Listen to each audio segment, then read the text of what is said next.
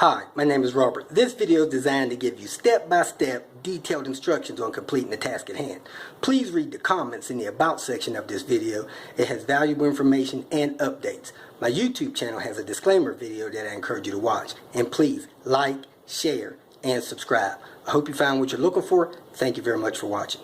In this video, we're going to be removing the rear bumper from this 2012 Volvo XC90. Somebody bumped into the side of the bumper, which popped the top edge of the bumper out of the part of the bumper that holds the skin in place. So we're going to remove this bumper, snap that back in place, and then reinstall the bumper.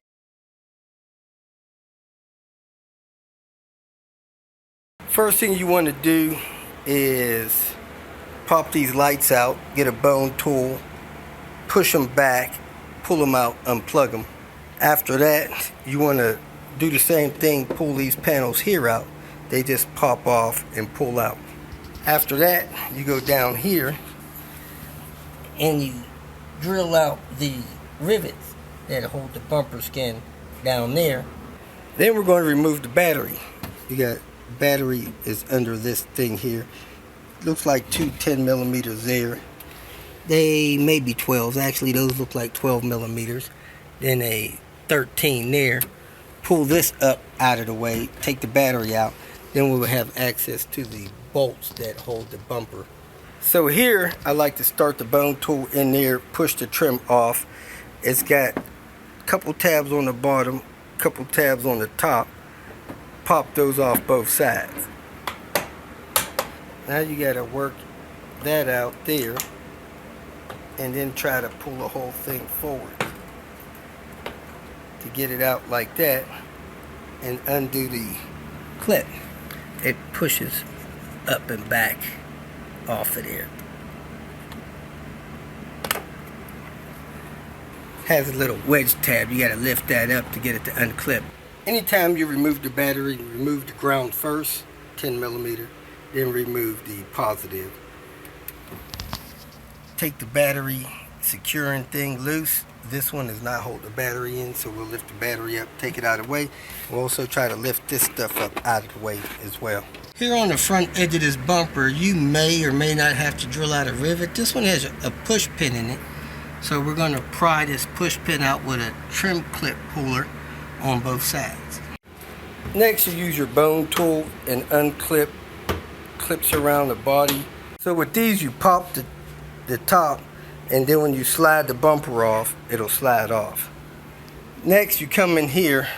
This piece of styrofoam, I just lifted up the back end, wedged it out, moved it out of the way. On the left side of the vehicle, driver's side US, pull this little panel up here, then you pull this up out of the way here, and then you follow the wire up to disconnect the sensor here from the bumper so you don't break anything. I disconnected the harness. I pushed down on a little tab, massaged it, unplugged it. Now we got bolts in these holes. I think they're 13 millimeter in a couple of these holes. Let me figure out which ones have the bolts in them.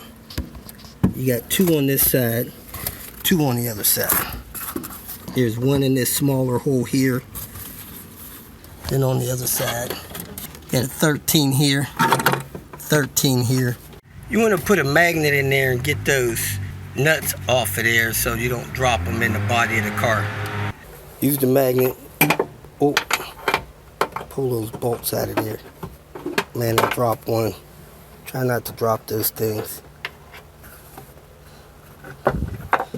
Now this bumper should be ready to lift off and away from here. If you got these backup sensors, which just about all of them do, be careful you don't jerk and break the wire. Pull it out nice and slow and catch it. Front edge of this bumper is snapped in there, so you grab it, pull it out before you start sliding it back on both sides. So now the bumper is free from the vehicle.